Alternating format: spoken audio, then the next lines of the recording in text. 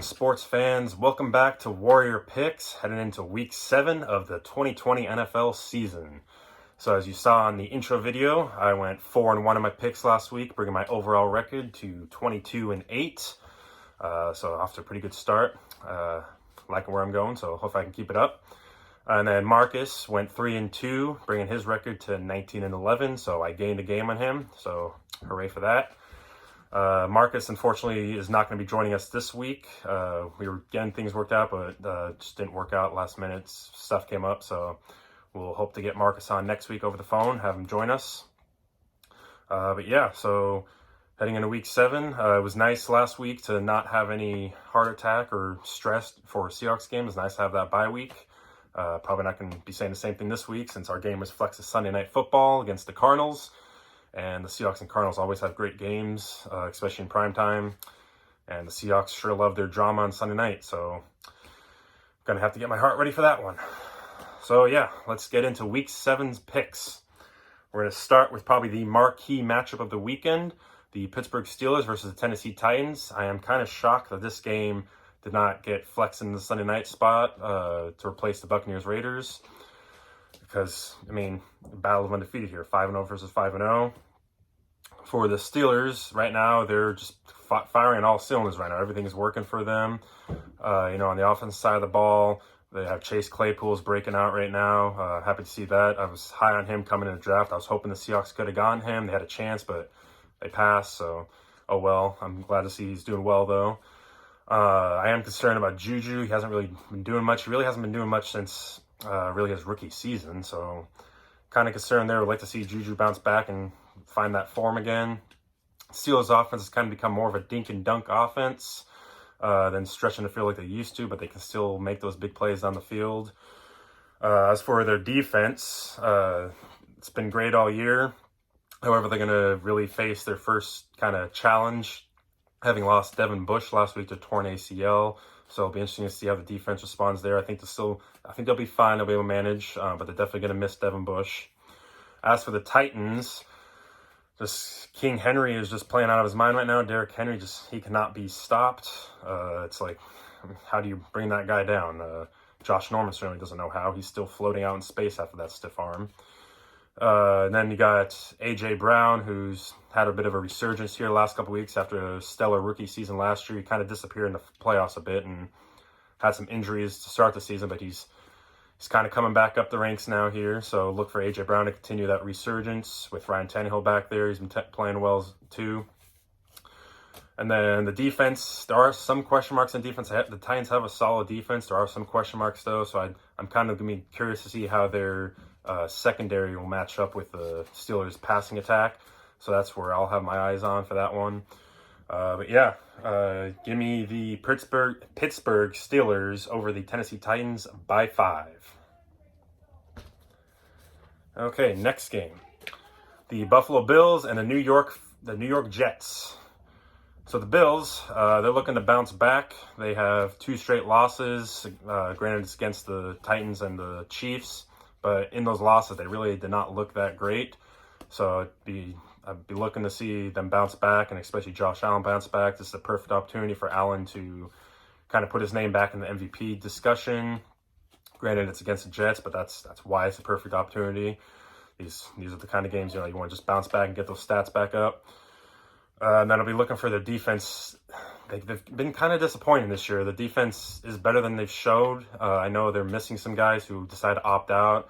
Ed Oliver and the rest of the defensive line. Ed Oliver, he's like the only guy left on the defensive line that decided not to opt out. And it's just a bunch of other guys playing around him. So be looking for the defense to kind of start finding its form and regaining the kind of the dominance they had last year, because their defense last year was pretty great. So, and then their run game, I like to see them start getting the run game more and try and mix Devin Singletary into the game a little bit more, maybe some more creative ways. I think Singletary is kind of underused and underrated, so I like to see them get him involved more.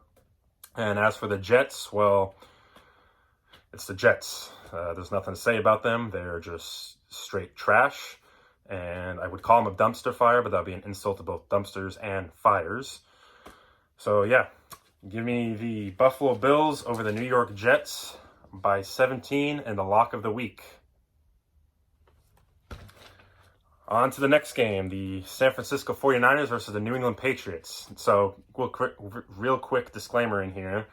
I'll start doing 49ers games every week since Marcus has been following along with the picks and making picks and he's going to be joining us. So, since he's a 49ers fan and I'm a Seahawks fan, I always do Seahawks games. It's only fair for me to do Niners games every week as well. So, we'll start getting that mixed in here now. So, the 49ers, granted, it was one game last week. Shout out to them for making my upset pick come true again. I've been rolling with the upset picks this year so far. They're starting to regain their form though. Granted it was one game, but it was against the Rams, who've been solid this year. So I look for them to keep getting consistent there, keep it rolling, and maybe they can really get back to what they were in 2019. Granted though, losing Raheem Mostert again for an extended period of time is going to hurt. They do have some good running backs back there still, though, led by Jerick McKinnon. So look for them to still, obviously, stick with the ground game there. Jimmy G, shout out to Jimmy G for making my prediction of him throwing 3 or more touchdown passes last week against the Rams come true. Unfortunately, I don't see him doing that well this week against his former team and former coach, Bill Belichick. So Jimmy G has proven to show some inconsistencies, especially on a week-to-week basis. So we'll see what happens this week. As for the Patriots, they're going to be looking to bounce back from just a completely shocking loss against the Broncos. I don't think anyone saw that coming. If you did, you're lying. And Bill Belichick, like I said, I think he'll be able to neutralize Jimmy Garoppolo. He knows him. Safe to say that they were grooming him to replace Brady, but we all know that fell apart. Some behind the scenes stuff there. So I'll look for the Patriots to bounce back this week. That defense bounce back, and Cam Newton I think could have a good week this week. So give me the New England Patriots by 4 over the San Francisco 49ers. On to the next game of the week, the Green Bay Packers versus the Houston Texans. So the Packers kind of had a feeling they could have lost last week when I made my pick. I know I picked them, but I had a feeling that they could have lost. I did not expect to see that, though. They played horrible. Aaron Rodgers played horrible. And just right now, I know I'm getting off topic. Right now, Russell is far and away the MVP after that performance on Rodgers last week. I don't want to hear it. So part of me wants to say the Packers may have been exposed last week. Their defense had some questions. I know they have a solid defense, but there are still some questions in that secondary, I feel like. Granted, Kevin King is solid. Jair Alexander, but I feel like they haven't lived up to what they can be. And I feel like dating back to last year, you look at when they played against the Niners, that defense doesn't seem to do well against the higher flying offenses and the better teams. Because you look at the Niners, they got completely demolished both times last year, and now they got demolished by the Buccaneers, who I wouldn't even consider to be a great team yet, but he's getting there. So that, to me, the Packers could have possibly been exposed there. And heading into this game, the Packers, they have a history of struggling with mobile quarterbacks. And, Deshaun Watson is one of the most mobile quarterbacks, knows how to make plays with his feet. So I'll be looking for that. That matchup's going to be intriguing. For the Texans, and then the Packers, I just heard too, Aaron Jones might not be playing this game, so that'll be something to keep an eye on. That could be huge as well. So for the Texans, they seem to have been doing better without Bill O'Brien. Shocker. Their defense definitely won't be able to stop the Packers' offense, I don't think. So this is going to be a shootout, but the Texans' offense does have the capability to keep up and possibly win a shootout. So on that note, I might be crazy for this, but upset of the week. Give me the Houston Texans by 3 over the Green Bay Packers. All right, and the last game of the week, and last game on Sunday, the Seattle Seahawks versus the Arizona Cardinals, flex of Sunday Night Football. So real quick, first, the fun little stat here is since 2013, the visiting teams in this series are 11-2-1. I don't know what it is, but the Seahawks win in Arizona, and the Cardinals win in Seattle. So for the Seahawks, I will be intrigued to see what role, if he is going to be active, Damon Snacks Harrison will play on Sunday. I'm looking forward to seeing what he can maybe do on the defensive line, maybe free some things up for some other guys. So I'll look for his role and impact. Jamal Adams is going to be out for this game again, so that really sucks. I'm hoping he can get back soon because we're really missing him. I feel like the lack of the pass rush that the Seahawks just haven't had is going to finally catch up to them in this game and kind of bite them in the butt. And just the Arizona offense versus the Seattle secondary for me. I know Hopkins sounds like he's going to be a game-time decision, but even still, the Arizona offense, it just kind of scares me with the way our defense is playing. So if I can see us coming off the bye and making adjustments and showing improvements, great. That's what I'm hoping for, but I need to see it first. And right now, it's got me worried.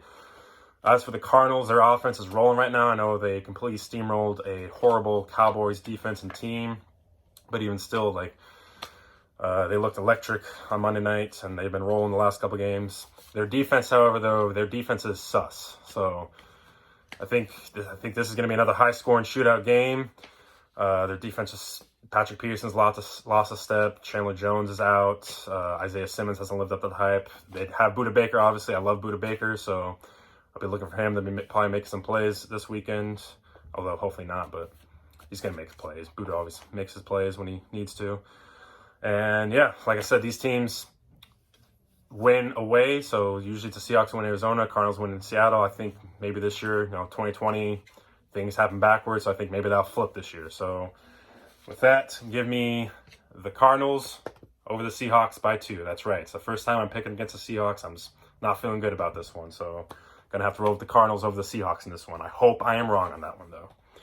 So yeah, so I'll just roll through again. As you see here, I got the Steelers by 5, the Bills by 17, the Patriots by 4, the Texans by 3, and the Cardinals by 2 of the Seahawks on Sunday Night Football. So yeah, again, hopefully Marcus will join us next week. He would be popping in about now, joining at the end of my recording here and just giving a quick rundown through his picks. So hopefully we can get that going next week. Remember to like the video, please. Subscribe to the channel. And as always, go Hawks!